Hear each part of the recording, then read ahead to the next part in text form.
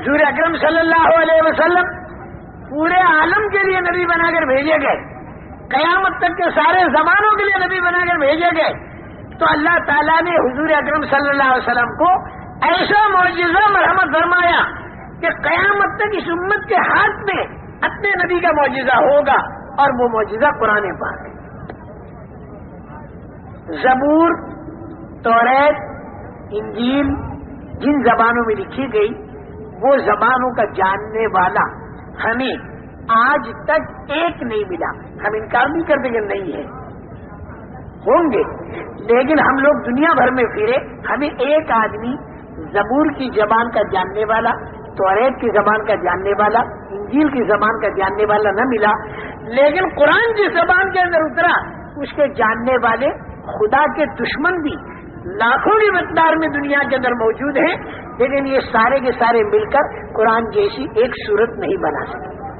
حضور اکرم صلی اللہ علیہ وسلم اللہ کے نبی تھے، ابو جہل بھی اس بات کو جانتا تھا، لیکن عناد کی وجہ سے اس نے انکار کیا اور مخالفت کی، اور بدر میں آگے گلا کٹوا دیا، لیکن آخر تک اس نے نہیں مانا۔ حضور اکرم صلی اللہ تعالی علیہ وسلم مدینہ منورہ تشریف لے گئے، یہودیوں کے مدرسے میں تشریف لے گئے، اور اس مدرسے میں جا کر یہ پوچھا کہ بتاؤ توریت کے اندر یہ مضمون ہے کہ ایک نبی آنے والے ہیں آخری؟ ان کا ہے وہ مضمون، ان کا وہ جو آخری نبی آنے والے ہیں اس کے اندر یہ علامتیں لکھی ہیں؟ ان کا ہاں یہ علامتیں لکھی ہیں۔ آپ نے یہ فرمایا کہ وہ نبی میں ہوں، لاؤ توریت اور اس کے اندر لکھی علامتیں میرے اندر دیکھ لو۔ اتنی پکی بات، لیکن یہودی سمجھ بھی گئے، بات سمجھ میں بھی آ گئی، لیکن عناد، عصبیت، ضدی بنا۔ انہوں نے کیا کہا کہ سارے نبی تو آئے بنی اسرائیل میں، تو نبیوں کا سردار بنی اسماعیل میں کیسے آ گئے؟ کیونکہ حضرت ابراہیم علیہ السلام کے دو بیٹے تھے نا، ایک حضرت اسماعیل، ایک حضرت اسحاق، اور حضرت اسحاق کے صاحبزادے حضرت یعقوب تھے، اور حضرت یعقوب کا دوسرا نام اسرائیل تھا، تو دو سلسلے چلے، ایک بنی اسرائیل کا، ایک بنی اسماعیل کا۔ تو بنی اسماعیل میں تو کوئی نبی نہیں آیا سوائے حضور اکرم صلی اللہ علیہ وسلم کے، اور بنی اسرائیل کے اندر ہزاروں انبیاء کرام علیہ السلام آئے۔ تو اب یہ عناد ان یہودیوں کے اندر یہ تھا کہ بنی اسرائیل میں تو سارے نبی آئے، اکثر و بیشتر نبی آئے، اور نبیوں کا سردار بنی اسماعیل میں سے کیسے آیا؟ اگر بنی اسرائیل میں سے آتا تو ہم مانتے، لیکن چونکہ بنی اسماعیل میں سے اس سے ہم نہیں مانتے۔ تو یہ بات یاد رکھنا، جب دعوت کے ذریعے ایمان کی فضا دنیا کے اندر بنتی ہے یا جس علاقے میں بنتی ہے، تو جو سلیم الفطرت قسم کے انسان ہوتے ہیں، جن میں ہر گرمی نہیں ہوتی، جن میں ضدی پنا نہیں ہوتا، جن میں عنادی پنا نہیں ہوتا، اللہ پاک انہیں ہدایت سے نوازتے۔ محروم ہدایت سے وہی آدمی رہتا ہے کہ جس میں ضدی پنا ہو اور جس نے اپنی استعداد اور اپنی صلاحیت کو ختم کر دیا ہو۔ لیکن میرے محترم دوستو، ہمیں نہیں معلوم کہ کس کے دل کی صلاحیت ختم ہو گئی اور کس کے دل میں صلاحیت باقی ہے۔ بعض مرتبہ شدید مخالفت کرنے والا آدمی بھی ایک موقع ایسا آتا ہے کہ وہ مخالفت کرنے والے کے دل کے اندر بھی اطمینان پیدا ہو جاتا ہے اور وہ بھی ایمان والا بن جاتا ہے۔ جیسے حضور اکرم صلی اللہ علیہ وسلم کے زمانے میں ابو سفیان نے کتنی مخالفت کی، سہیل ابن عمرو نے کتنی مخالفت کی، صفوان ابن امیہ نے کتنی مخالفت کی، حویطب ابن عبد العزیٰ نے کتنی مخالفت کی، ابو لہب کے بیٹے عتبہ نے کتنی مخالفت کی، معتب نے کتنی مخالفت کی۔ لیکن ایک دن وہ آیا کہ یہ جتنے مخالفت کرنے والے تھے، ان میں کے بہت سے ایمان والے بن گئے، اور ایسے ایمان والے بن گئے کہ انہوں نے ایمان کو دنیا میں پھیلانے کے لیے اپنی جان اور مال تک کو قربان کر دیا اور اللہ کے راستے میں اپنے آپ کو شہید بنا دیا۔ اس بنا پر ہم دنیا کے کسی آدمی کے ہدایت پر آنے سے ہم نا امید نہ ہو، ہمیں تو پورے عالم کو اپنی محنت کا میدان بنانا چاہیے۔ میری بات جو مڑی وہ یہاں سے مڑی کہ یہ جو میں بات عقائد پر کہہ رہا تھا اور ایمانیات پر کہہ رہا تھا اور اللہ کے ضابطوں پر جو کہہ رہا تھا، یہ بات کرنا کام تھا نبیوں کا، لیکن حضور اکرم صلی اللہ تعالی علیہ وسلم کی تشریف آوری پر نبیوں کا آنا بند ہو گیا اور وہ نبیوں والا کام سعادت مندی والا خوش نصیبی والا اس امت کو ملا. نبیوں کے اس کام سے جیسے اللہ کی رحمت برستی تھی، جب یہ امت اس کام کو کرے گی تو اللہ کی رحمت اس کام سے برسے گی اور پورے عالم کے بسنے والے انسانوں کے اندر سے بے دینی ختم ہو کر دینداری آئے گی. اور جب دینداری آئے گی تو یہ جتنی فضائیں پریشانیوں کی دنیا کے اندر بنی ہوئی ہیں، یہ تو اپنی آنکھوں سے تم دیکھو گے کہ اللہ اس طریقے سے انفرادی اور اجتماعی پریشانیوں کو دور کرنے پر قادر ہیں کہ جیسے ناک بند ہو ایک آدمی کا اور چونا اور نوسادر کو رگڑ کر آدمی ناک کے پاس لاوے اور اس کا ناک کیسا کھلتا چلا جاتا ہے اور دماغ کیسا کھلتا چلا جاتا ہے، اس طریقے سے اللہ تعالیٰ ان پریشانیوں کے عالم کو دور کرے گا. اور آئندہ جو مرنے کے بعد والی پریشانیاں، جو اس سے بھی زیادہ خطرناک قسم کی جو پریشانیاں ہیں، جس کی طرف آدمی کا دھیان نہیں جاتا اور آدمی مرنے کے بعد والی زندگی کو ایک سرسری سمجھتا ہے. سرسری اس لیے سمجھتا ہے کہ اس کو آنکھوں سے دکھائی نہیں دیتی، اس کو آنکھوں سے دکھائی نہیں دیتی. بہت سے آدمی تو بیچارے اسی کے اندر ڈوب رہے. ہم ایک سفر میں ہوائی جہاز میں تھے تو ایک بحریہ ہمارے پاس بیٹھا ہوا تھا. اس سے ہم نے تھوڑی سی بات کی، ذرا مانوس ہوا. یوں وہ تھا تو اپنے مشرک، لیکن بحریت کی طرف ضرور ہو گیا. وہ کہتا میں وید وغیرہ کو بھی نہیں مانتا.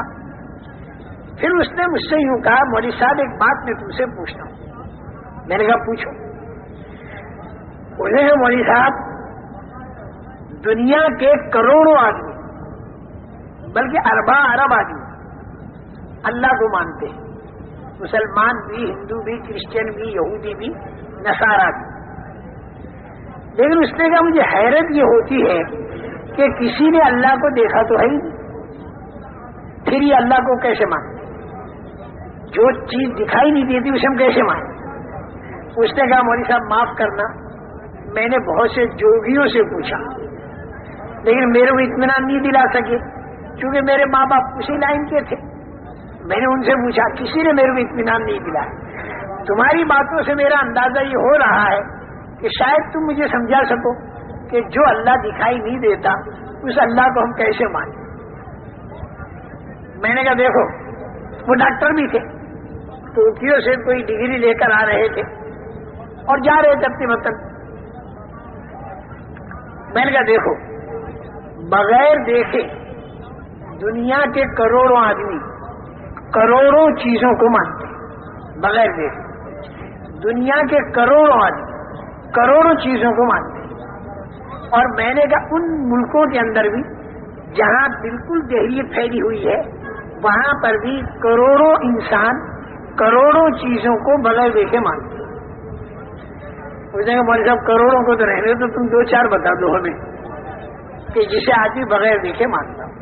میں نے کہا ڈاکٹر صاحب ایک شرط ہے، بغیر دیکھے جو چیز مانی جاتی ہے وہ علامت اور نشانی سے مانی جاتی ہے، بغیر علامت اور نشانی کی نہیں مانی جاتی. یا تو چیز کو آدمی دیکھ کر مانتا ہے اور بغیر دیکھے کب مانے گا؟ جب وہ چیز تو دکھائی نہ دے لیکن اس کی نشانی دکھائی دے. اور ذرا سوچ میں پڑا. میں نے کہا دیکھو زیادہ گھبراؤ مت ڈاکٹر صاحب، ابھی میں تمہیں بتاتا ہوں. میں نے کہا تمہاری عقل اور میری عقل دکھائی دیتی ہے؟ نہیں دکھائی دیتی. جتنے جہاز میں آدمی بیٹھے ان کی عقلیں آپ کو دکھائی دیتی ہیں. میں نے کسی ایک آدمی کی عقل زندگی میں آپ نے کبھی دیکھی یا نہیں دیکھی؟ میں نے کہا بتاؤ عقل کو مانتے ہو کہ نہیں مانتے؟ وہ کیا مانتا ہوں. میں نے کہا ایسا اندھادھن نہیں مانتے بلکہ نشانی سے مانتے.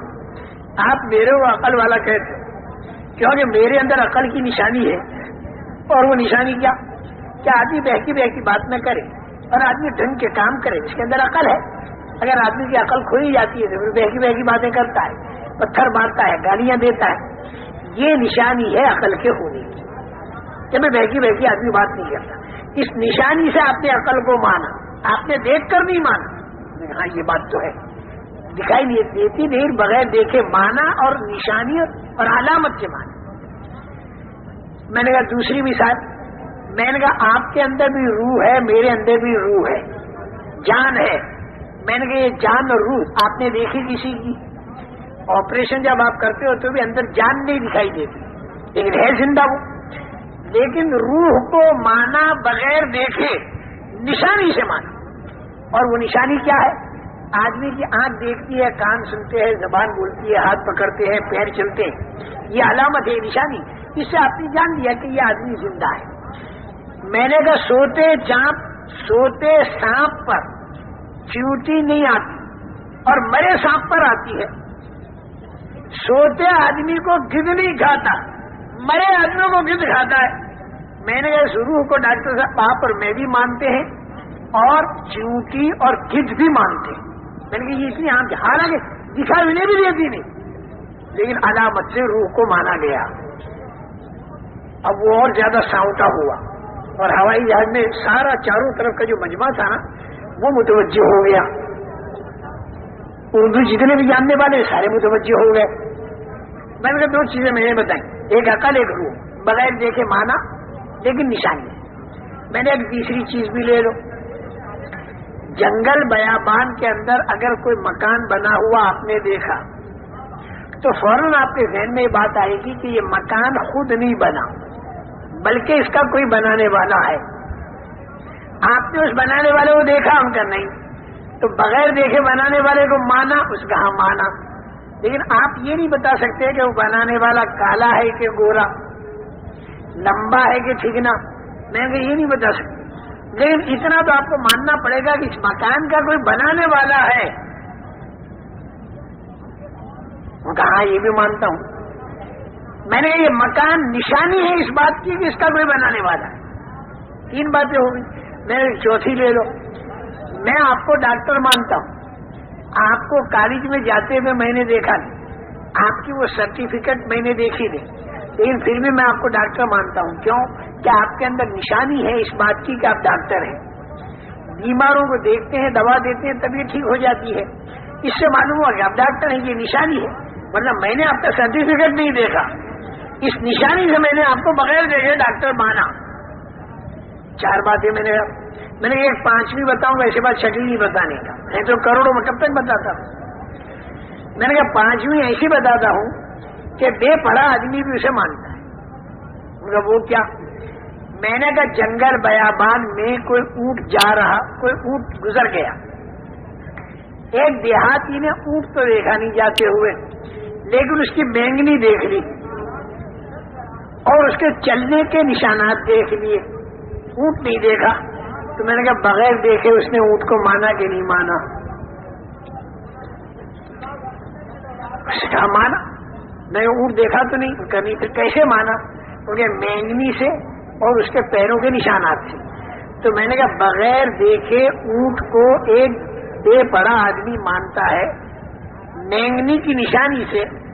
تو میں نے کہا ڈاکٹر صاحب تم پڑھے لکھے اور کروڑوں پڑھے لکھے، ان کو اتنا نہیں معلوم کہ اتنا بڑا آسمان، اتنی بڑی زمین، اتنا بڑا چاند سورج، منی کے دو گندے قطروں سے اتنے بڑے انسان کا بننا، چھوٹے سے بیج سے اتنے بڑے درخت کا بننا، پھر درخت کے اوپر پھلوں کا آنا، پھلوں کے اندر رس کا آنا، پھر اس کے اوپر کمر کا لگنا. میں نے کہا یہ ساری باتیں اس بات کی نشانی نہیں ہے کہ اس کا کوئی بنانے والا. مینگنی سے اونٹ تو سمجھ میں آ گیا اور آسمان زمین سے اس کا بنانے والا سمجھ میں نہیں آیا. میں نے کہا اسی بنانے والے کو ہم اللہ کہتے ہیں اور بغیر دیکھے اسے مانتے ہیں، لیکن نشانی سے مانتے ہیں.